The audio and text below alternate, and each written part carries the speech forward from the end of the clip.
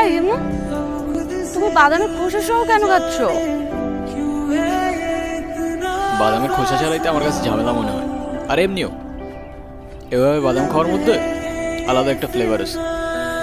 আমার সবচেয়ে favourite actor Paul Walker, ও কি বলে জানো? কি বলে? If you can not have fun, there is no sense in doing it, you know. তাই না? ফিলোসফিক্যাল কথা বলতে। একদম। को मेरे तू लगा है, नींद रातों की मेरी, चाहत बातों की मेरी, चैन को भी मेरे तूने क्यों ठगा है।